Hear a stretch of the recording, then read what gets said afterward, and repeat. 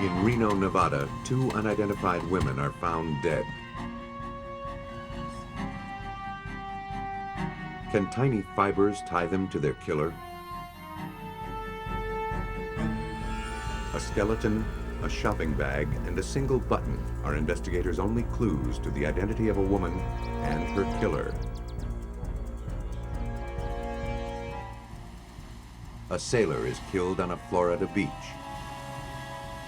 Only a tire track in the sand marks the path to justice.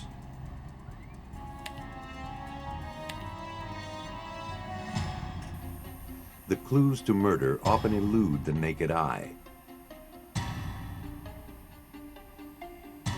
But no killer can escape the telltale traces of guilt.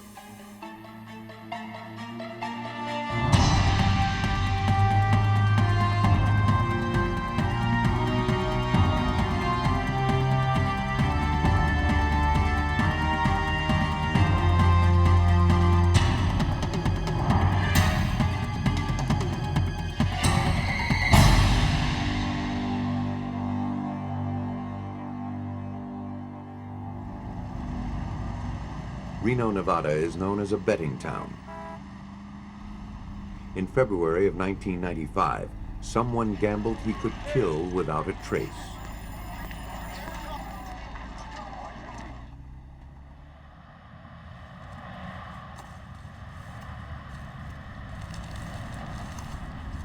A transient man was searching a dumpster for things he could sell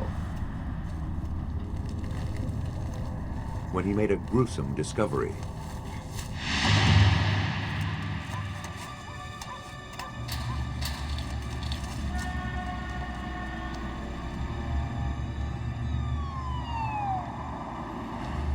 Officers from the Reno police arrived and retrieved the body of an unidentified woman.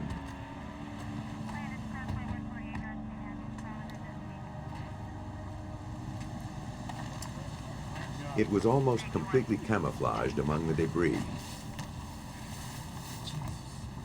For police, the myth of the perfect murder was dispelled long ago. Today, forensic science can win convictions from the most minute clues. But in this case, the killer seemed almost to be playing the odds. He could have disposed of the body in the desert, where no one would ever find it. Instead, he crafted an elaborate parcel, conspicuous because of its size, and hoped the dumpster would be emptied before it was found. The complexity of the shroud was disturbing. The victim had been slipped into several large plastic garbage bags, which had then been carefully sewn inside a sleeping bag. The bundle was then wrapped in yellow plastic and tied with rope. The initial examination of the remains was made by the lead investigator, Detective David Jenkins. That degree of packaging was unusual because of its complexity, and immediately suggested that there had been a lot of preparation and a lot of time involved in the packaging of the body. And that's uncommon in most body disposals. Right away, this elaborate wrapping gave police several important clues. The killer needed time to encase the victim like a modern mummy. And he needed a very private laboratory where he could do his grim work. To identify the body, detectives reviewed recent missing person reports. One case stood out. With family photographs and fingerprints, police confirmed that the victim was Catherine Powell. She had disappeared the Friday before the body was discovered. Her disappearance was first reported that next Monday, 2 days later, when she failed to show up to work. Miss Powell was an elementary school teacher, a very popular teacher. She was loved by her students and the other staff. And so immediately when she was reported as missing, there was a sense of urgency, both by her staff and by her family, who felt that her disappearance was far more sinister than just her not wanting to arrive at work. At her home, police saw no signs of forced entry or violence. So it's basically how you left it. But when her family looked over the apartment, they noticed several items missing, including a laptop computer and printer, a camera, and her purse. Did she want to take care of things? Yeah, she used to, she could tell. While detectives combed her apartment, forensics investigators pored over the evidence from the dumpster. If the wrappings held a clue to the killer's identity, investigators couldn't find it. They had never seen a case like this before, and the killer's attention to detail made them nervous. Investigators focused on the remains. The ropes and wrappings were preserved for later analysis. Police were not even sure how the victim had died. There was no indication of fatal trauma on the body. Forensic science would have to tell the story. And for an expert eye, there were many trace clues to read. The Washoe County Sheriff's Forensics Lab assigned the case to investigator Rich Berger. I don't really recall having attended an autopsy where there was such a profusion of trace evidence potential on a person's body. There was apparent a number of blue-green strings and tufts of material located basically from head to toe. Besides the fibers, Berger found a single metal shaving tangled in the victim's hair. None of these traces matched the fibers or samples gathered at the victim's apartment. Police suspected they were linked to the killer. The victim's body also bore telltale bruises. It appeared that she had been bound, gagged, and possibly tortured. The injuries suggested the killer was male. But new information suggested he hadn't worked alone. While forensic pathologists continued to gather the minute physical evidence, Detective Jenkins studied Powell's credit card records. Any recent charges might shed light on where she had been.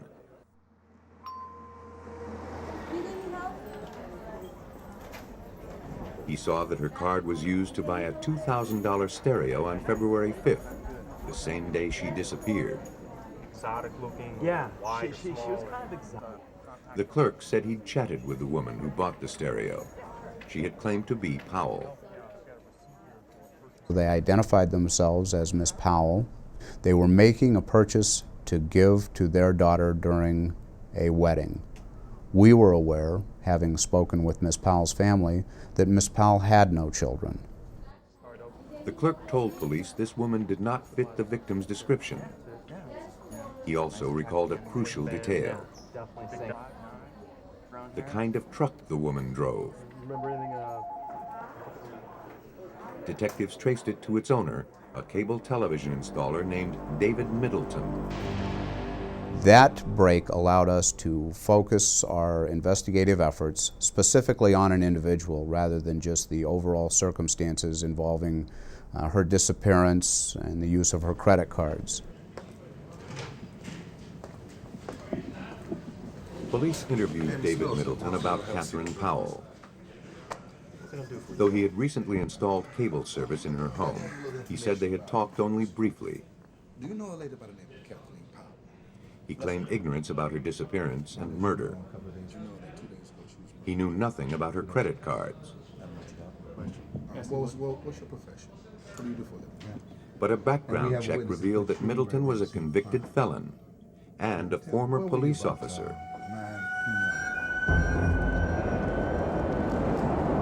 While on duty in Miami, Middleton had lured a young woman into his patrol car, drove her to a secluded place, and sexually assaulted her. Stripped of his badge, Middleton served 3 years in prison. Upon release, he moved to Colorado and then to Nevada. Middleton's girlfriend was charged with fraud for using Catherine Powell's credit card. But because Middleton's truck was used in the crime, police now had grounds to search his home. We found a firearm, a shotgun, Mr. Middleton in the state of Nevada, because he is a convicted felon, was prohibited by law from possessing that weapon. Possession of the shotgun was a felony. But while it was cause for Middleton's arrest, it did not implicate him in Powell's murder. Police found no fiber evidence at his home to link him to the crime.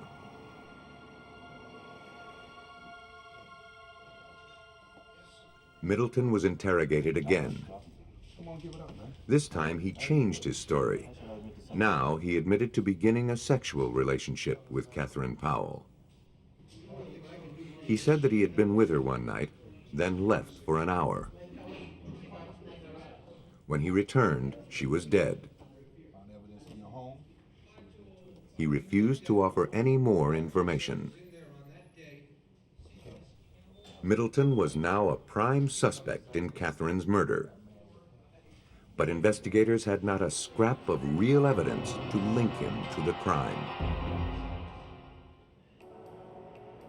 At the Washoe County Forensic Science Lab in Reno, the fibers found clinging to Catherine Powell's body were leading investigators nowhere. Desperate for clues, they re-examined the bruises on the victim's body. Right away, they focused on one in particular. It had an unusual crescent shape. Suspecting it was a bite mark, Detective Jenkins sought the help of forensic odontologist Raymond Rawson.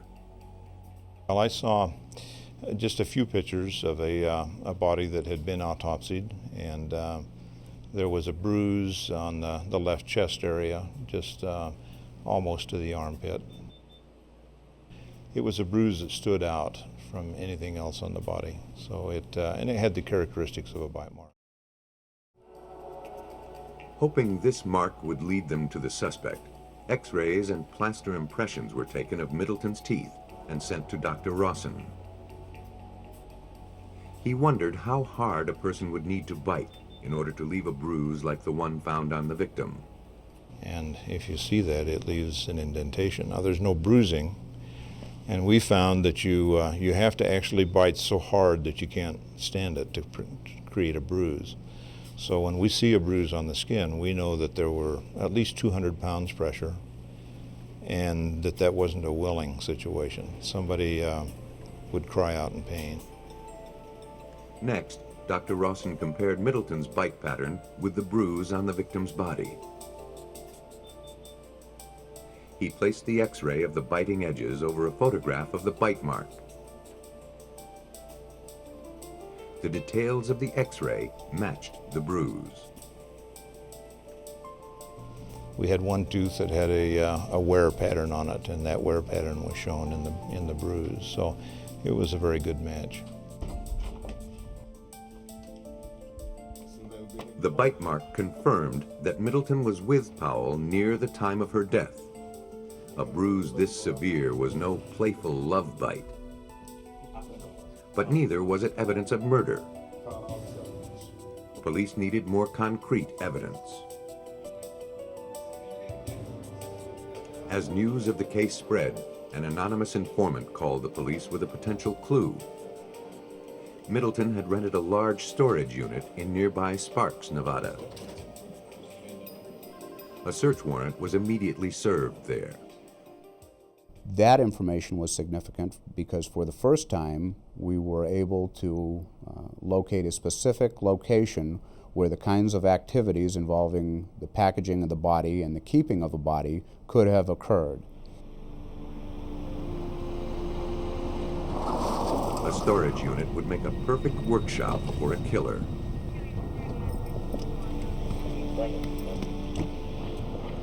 Even before detectives entered the shed, they were suspicious of the amount of recent activity there.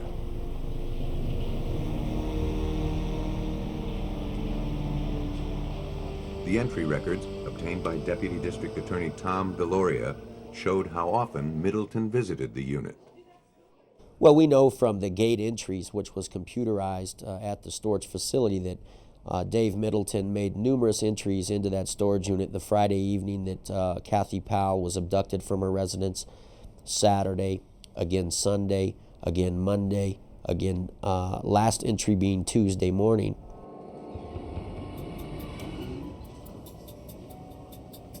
Were police walking into a glorified closet or a killer's lair? They knew their case against Middleton hinged on what they found here. At first, the shed was unremarkable, crammed with personal property.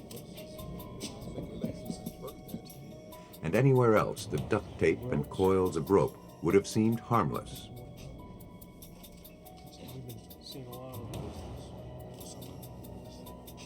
When they found the stereo receiver that was purchased with the victim's credit card, they knew they were onto something. Then they found the items missing from the victim's home. But police already knew Middleton had been to her apartment. Evidence of burglary does not prove murder. The handcuffs were perhaps a souvenir of Middleton's police days. But the scraps of women's underwear and a stun gun were not so easy to explain away, especially in light of what they found next. A refrigerator lay on its back. The freezer's bottom had been cut away, and small, jagged air holes had been drilled into the sides. It had been modified, apparently to hold a human body.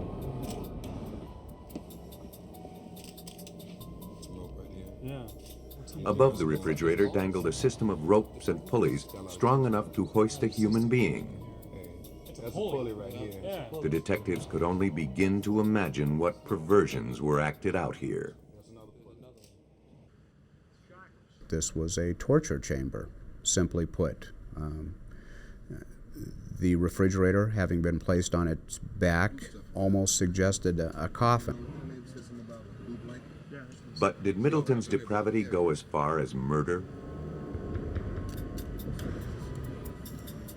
Investigators still had to link him to the victim. In the refrigerator, they saw small blue-green fibers and human hair. As clues, they provided a glimmer of hope in a room full of horror.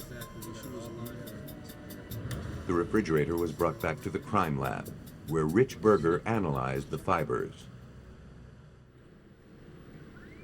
To him, the threads in the refrigerator appeared to match those found on Powell's body, and genetic markers from the hair were consistent with the victim's.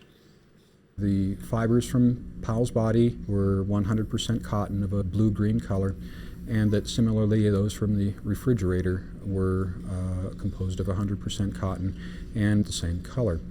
And that also the metal fragment from Catherine Powell's hair matched the metal and paint that went into the makeup of the freezer compartment of the refrigerator. The metal shaving found in the victim's hair matched the metal from the crude air holes. Investigators found the link they were looking for. The trace evidence proved that the victim was in David Middleton's storage unit. Detectives now formed a theory of how she died. The air holes were simply inadequate to keep her alive. She had suffocated. While investigators were grappling with the monstrous acts of David Middleton, they learned that Powell may not have been his only victim.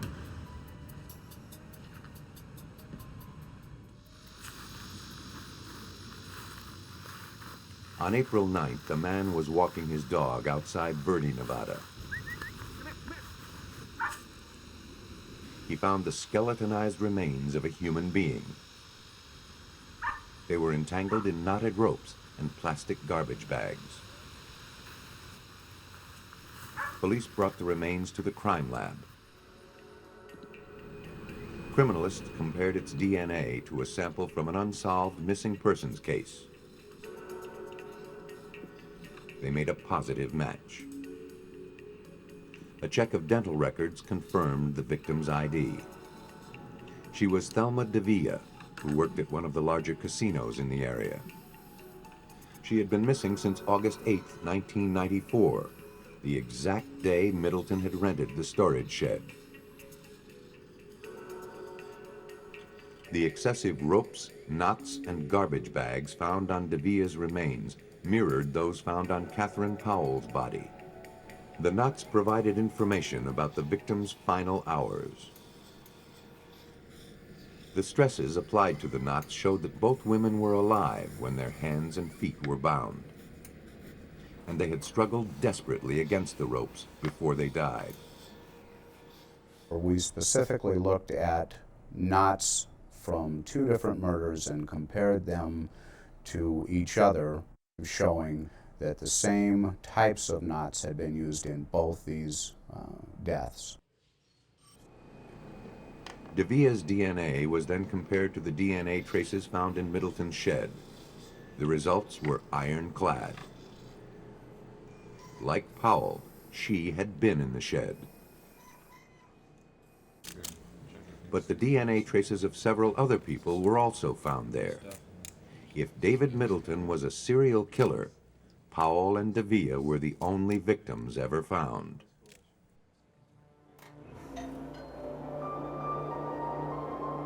As the case against Middleton was prepared, the grim sequence of events leading to Powell's death became clear.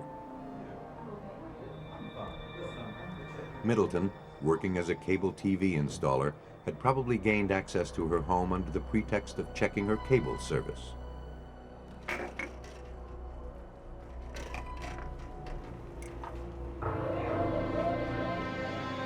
He then subdued her and took her to his storage shed.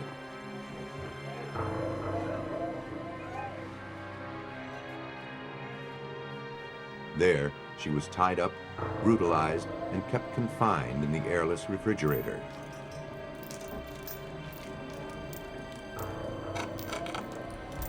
Sometime during this torture, she died. Middleton methodically wrapped her body in plastic garbage bags, sewed it into a sleeping bag, and enshrouded the bundle with yellow plastic bound with rope. Finally, under cover of night, he disposed of the remains in the dumpster. Police were fortunate the body was ever found. But Middleton didn't realize that a brimming dumpster would appeal not only to him, but also to a transient looking for scraps. He had been clever up to a point. The investigation uncovered the fact that Middleton had installed cable service in an apartment near Selma Villa's home the week before she disappeared. And on the day of Villa's disappearance, a neighbor remembered seeing Middleton near her home. On September 15, 1997, the jury convicted David Middleton of 2 counts of first-degree murder. Without the DNA evidence, without the trace and fiber evidence, without the metal evidence and experts, and most importantly, the testimony of our pathologist, we would have had no case. Without the trace evidence, we had nothing. This evidence was so compelling that Middleton was condemned to 2 sentences of death by lethal injection. Dave Middleton is not your typical killer. All I can say about this guy, as opposed to most of them, is certainly he's police smart and he's street smart. And when you have that, that's a dangerous combination.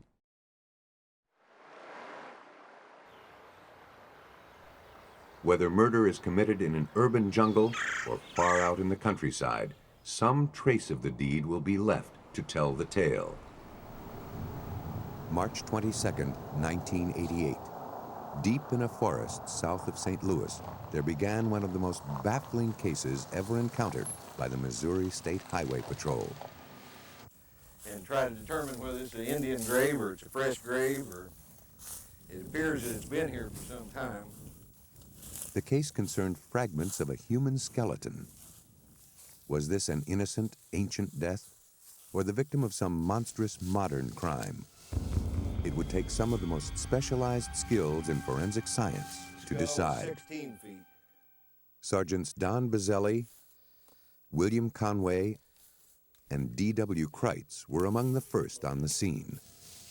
I received a phone call from the ranger at the Boy Scout camp who advised me that he had discovered some skeletal remains. I went to the scout camp and he directed me to the gravesite. The investigation had its origins 4 months earlier. Remo Pitkänen, a surveyor from Finland and former Eagle Scout, had been hired to make a map of the SF Boy Scout ranch. On November 2nd, 1987, he made an unwelcome discovery. Frightened of becoming involved, Pitkänen told no one what he found until just before his return to Finland. Well, Interpol had the Finnish authorities contact the gentleman in Helsinki and conducted an interview with him, which was sent to us in Finnish, after which we had to have translated. For nearly a week, investigators combed the site. Pickings were thin, a skull and lower jaw, a few strands of dark hair, and an assortment of bones, some scattered several hundred feet from the grave. Many showed tooth marks, signs they had been chewed by animals. It's a very shallow grave. The bones, doesn't look like we're going to have many bones in it. We're finding on the outer perimeter a couple of bones that may belong to what we've got here. We're going to have to look into it. It's not much to go on right now. But as the investigation continued, clues slowly began to emerge, including a plastic shopping bag. We first thought they could have been an Indian burial site, but then when we excavated the grave, finding the service merchandise bag and determining that it was probably from 1979 to 1985, finding that down in the grave really helped us.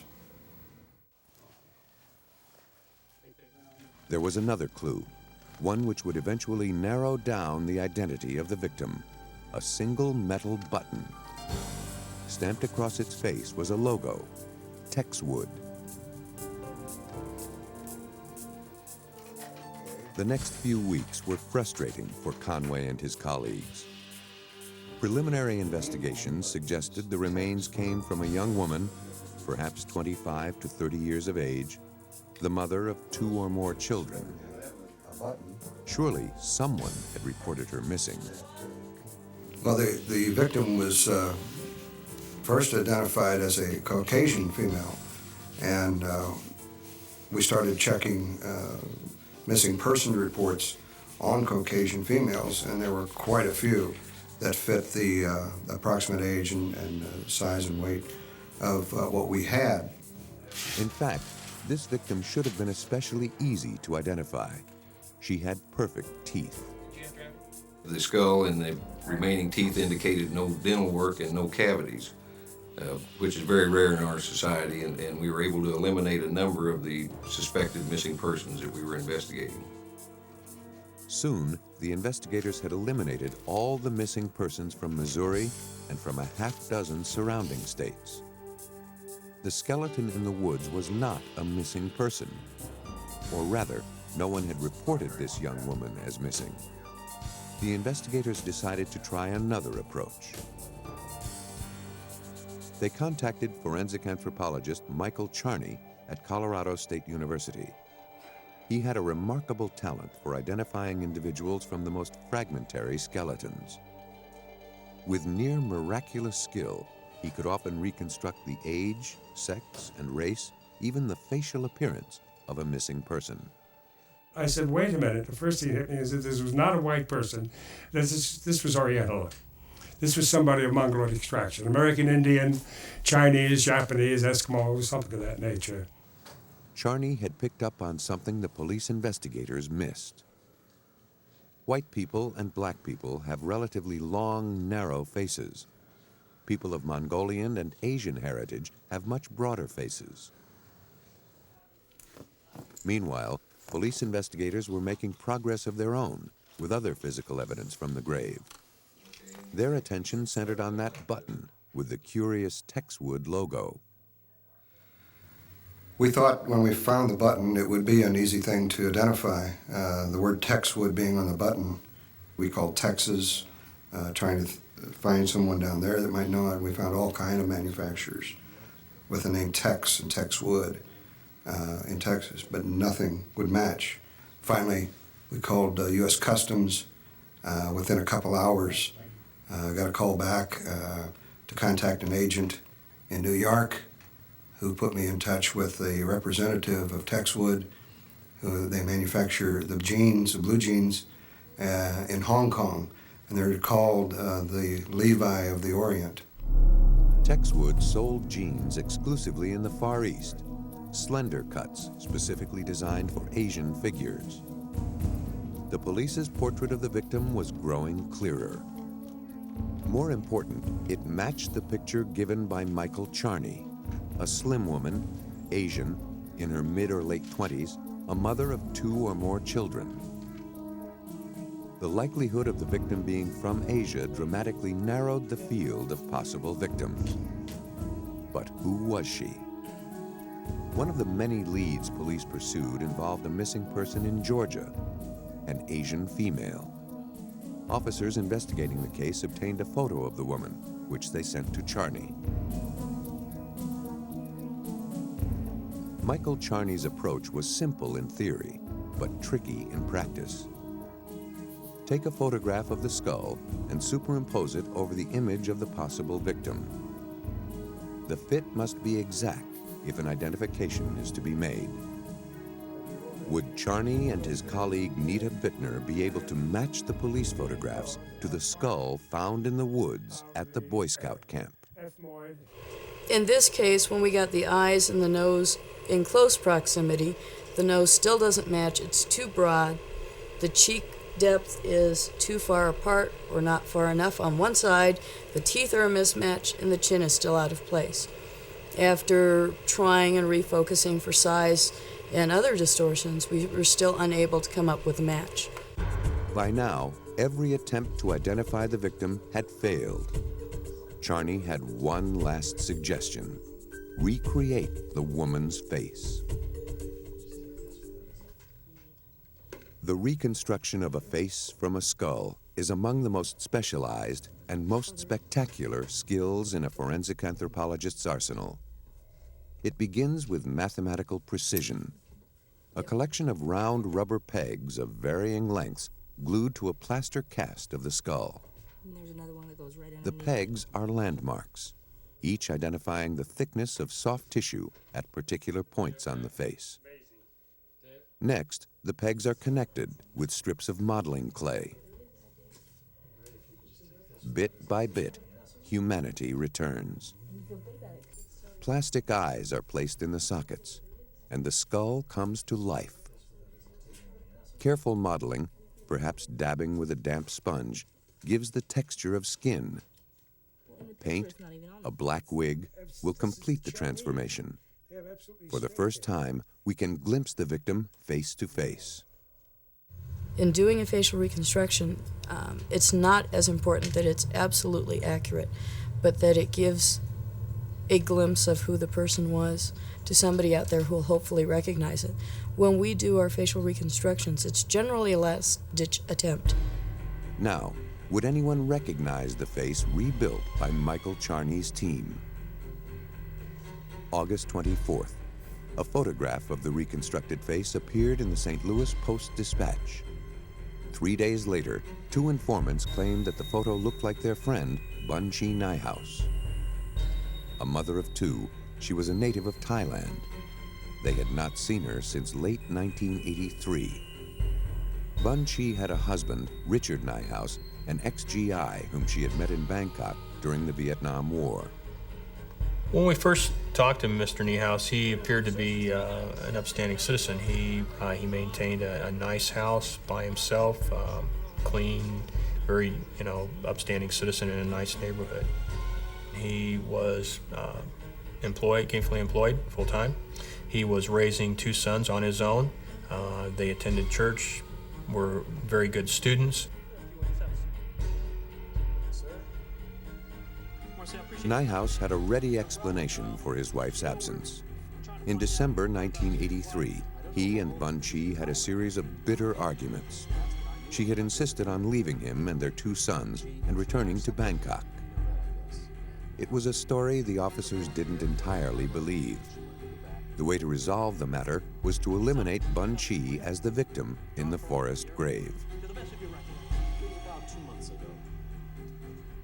He was very cooperative. He provided me photos out of their photo album of his wife that we could use if we needed to in the investigation.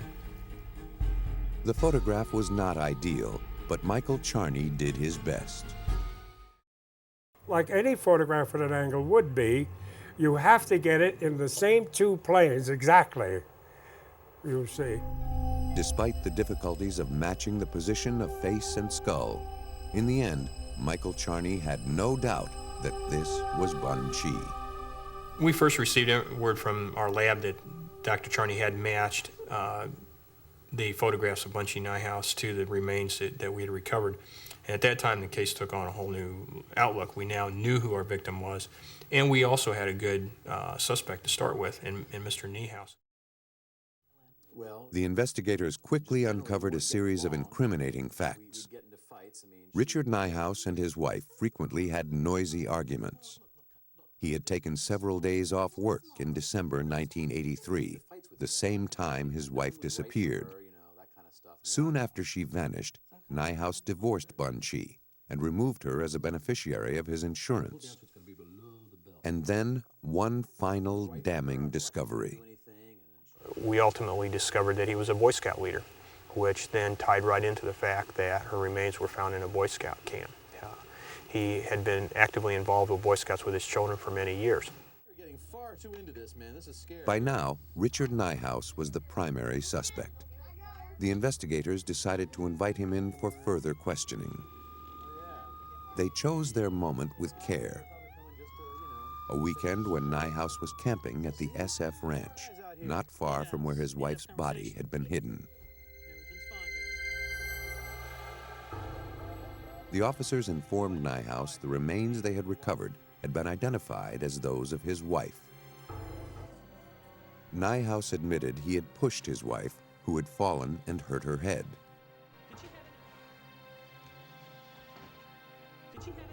When she threatened to call the police, to leave him, taking the children with her, he bent down, put his hand over her nose and mouth, and held it there until she was dead. Then he hid her body in the freezer. The reason that we weren't getting any hits out of the computer files is that the victim's husband never reported her missing. He said that he took her to the airport and she went back to Thailand, but in fact he murdered her. Kept her in his house, in the freezer, for 3 months, and then took her down to the Boy Scout ranch and buried her. Richard Nyhouse was convicted of first-degree murder. He is now serving a life sentence without parole. Time and the elements had taken their toll on Bun Chi's body, adding to the difficulty of finding her killer. But even just a few hours can make the difference between solving a case and losing the trail forever.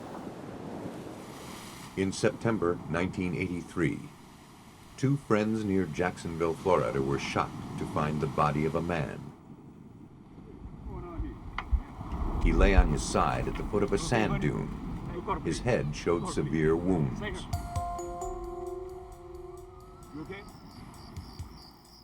Investigators from the Jacksonville Sheriff's Office quickly responded. They found no identification on the body. The only clues were a broken pool cue and footprints leading to some tire tracks in the sand. Police worked carefully to gather and protect all the evidence. The tire tracks seemed like the most promising clue to lead to the killer. They were lucky to have it. Rain, the slightest breeze, or one false step could destroy the fragile traces. Preserving the tire tracks required particular expertise. The very act of making a cast could destroy them. Police called the Jacksonville Regional Crime Laboratory and forensic criminalist Ernest Ham. So the crime scene was processed with these tracks in mind. The footwear tracks and the tire tracks were photographed.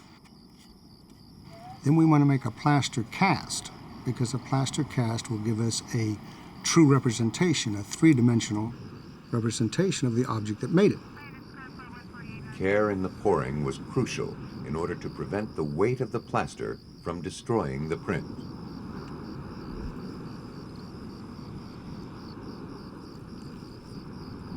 If the evidence were altered, a killer might go free. After the plaster had set, the cast was carefully cleaned. Now, police had a perfect three-dimensional reproduction of the tire tread. It included the gouges and signs of wear that made that tire unique. But millions of tires roll on America's highways today. It seemed impossible for investigators to find the one tire that had made these tracks. They studied the plaster cast, noting the ribs and grooves of the tread design. Despite the odds of finding the tire, it offered investigators their best chance to catch the killer. Matching the track with a tire on a suspect's car would be as conclusive in court as a fingerprint. Ham searched through thousands of photographs in the pages of the Tread Design Guide to find the one tire he needed. As Ham searched for a clue to the killer, another jogger found a clue to the victim.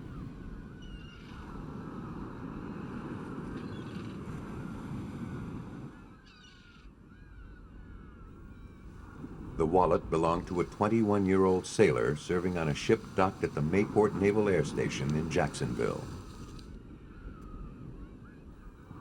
An officer from the ship was called to the morgue. He confirmed that the victim was Jeffrey Michael Russell. An autopsy was performed on the victim's remains. He had been beaten, probably with the pool cue found at the scene. It bore no usable fingerprints. He had then been shot once in the head from less than 2 feet away. The pathologist recovered a .357 caliber bullet from the victim's brain.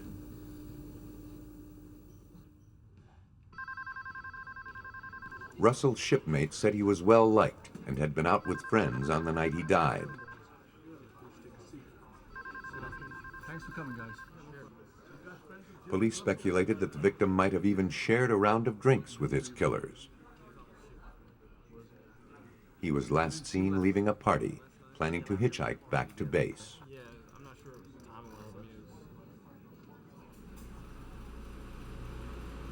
While the police traced the victim's movements, Ham continued his arduous, time-intensive search of the Tread Guide. Finally, after reviewing thousands of images, he found the single tire that matched the cast. The track at the beach was made by a tire commonly mounted on pickup trucks.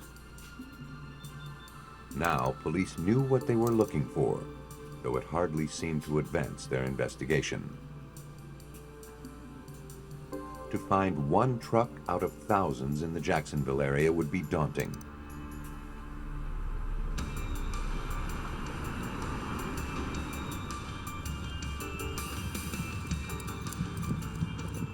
But then police got a lucky break that saved them hundreds of hours. An officer, answering a call about a robbery, pulled over a suspicious truck. The driver tried to run off, but was soon apprehended and arrested. His name was Gregory Kokol. Police inspected his truck. They found a gun under the seat. Kokol was known to police.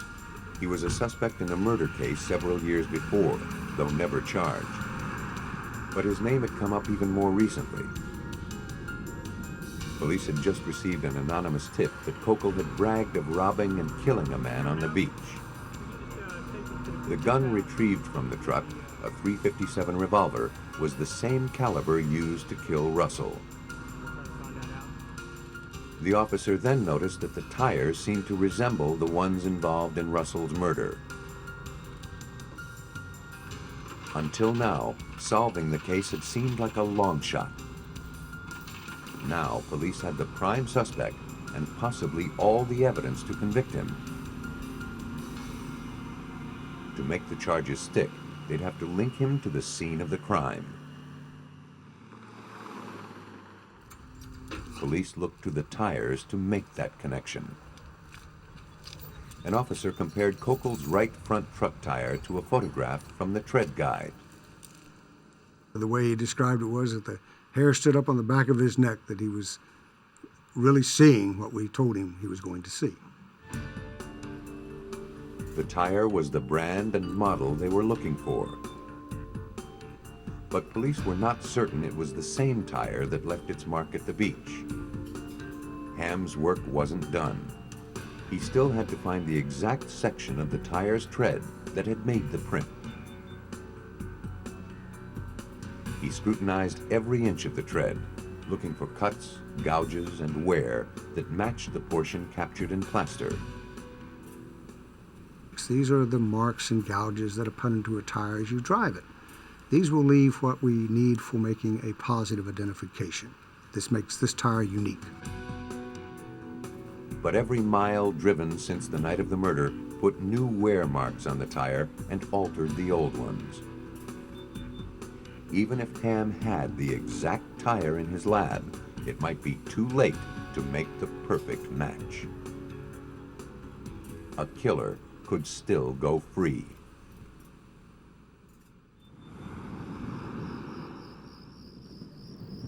Jacksonville police were building a murder case on a foundation of sand. Now they needed harder evidence. After careful analysis, investigators found marks in Gregory Kokol's tire that matched the casting made at the crime scene. But police needed to prove that Kokol himself was there. They hoped Kokol's .357 would provide the smoking gun they needed. If this was the exact gun that fired the fatal bullet, investigators had to prove that Kokol pulled the trigger. Ham performed 3 tests designed to link the gun with the crime. Our first examination will be a visual examination, because we want to see if there's any other sort of trace matter on the weapon before we subject it to some sort of processing techniques, such as, in this case, because it's a head wound, if it was a close head wound, we could possibly have tissue blowback into the weapons. But this test was a dead end. No tissue or blood was found on the gun.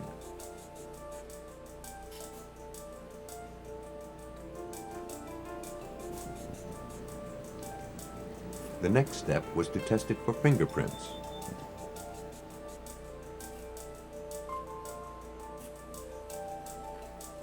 The gun was sealed in a glass cabinet and exposed to fumes of cyanoacrylate ester, or common superglue.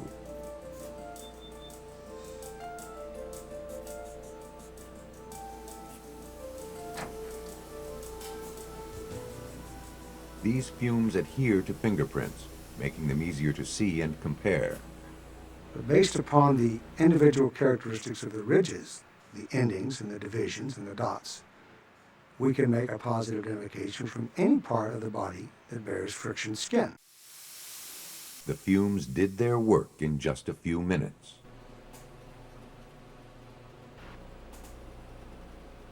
The print on the gun was compared to Kokol's prints at his arrest. They were a perfect match. This one fingerprint only proved that Kokol had held the gun. It did not prove that this gun had fired the fatal bullet. That could only be determined by a ballistics test. The test-fired bullet was placed side by side on a microscope for comparison with the bullet that killed the victim.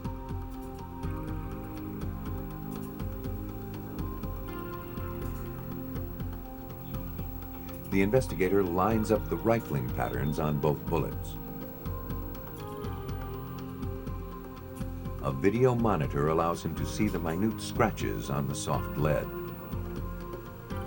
If the marks align, he has proof that the same gun fired both bullets.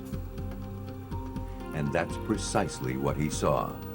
The scratch marks on both slugs were identical. Investigators had found the murder weapon.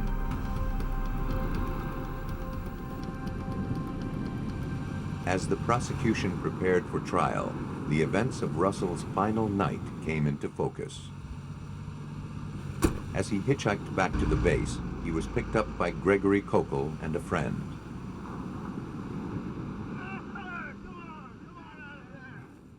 But instead of dropping Russell at his quarters, they drove him to the beach, beat him, robbed him of the only dollar he had, and then Kokel shot him. Crimes committed by strangers on strangers are the hardest to solve. But the scratches on the bullet, the fingerprint, and the tire tread bore the traces of the killer's guilt. Close forensic analysis pulled them together to make a solid case against Kokel. The weapon was the weapon that fired the fatal shot. The fingerprint belonged to the individual that was suspected of committing the crime. The senseless, random nature of the murder assured that Gregory Kokel and his accomplice would receive stiff sentences. Forensics proved beyond a doubt that Kokel fired the fatal bullet. He was sentenced to death. His friend was deemed an accessory to murder and received 14 years. For years, only the most obvious evidence could be used to solve a murder. Today, scrupulous collection methods by police and rigorous evidence processing by forensics experts are helping to assure that nothing gets overlooked.